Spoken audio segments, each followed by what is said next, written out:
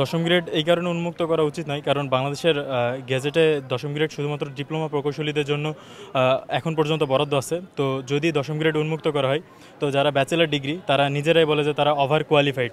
তো এই যে ওভার কোয়ালিফাইড যে ট্যাগ, এই ওভার কোয়ালিফাইড ট্যাগ নিয়ে যদি এমন একটা পোস্ট, যেই পোস্টের রিকোয়ারমেন্ট ডিপ্লোমা ইঞ্জিনিয়ার, তো সেই সময় যদি ব্যাচেলার ডিগ্রি সহ সেখানে চাওয়া হয়, তো সেই ক্ষেত্রে ডিপ্লোমা ইঞ্জিনিয়ার অধিকার বঞ্চিত হবে। কিভাবে হবে?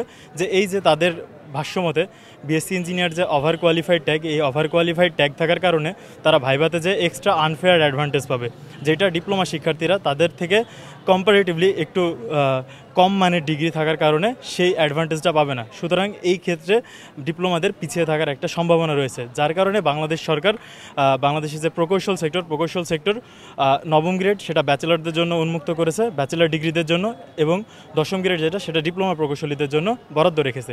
সুতরাং দশম গ্রেড ডিপ্লোমা প্রকৌশলীদের জন্যই বরাদ্দ থাকা উচিত, এবং নবম গ্রেডের জন্য সহকারী প্রকৌশল যেটা, সেইখানে ব্যাচেলার ডিগ্রি বা বিএসসি ইঞ্জিনিয়ারিং ডিগ্রি প্রযোজ্য হবে।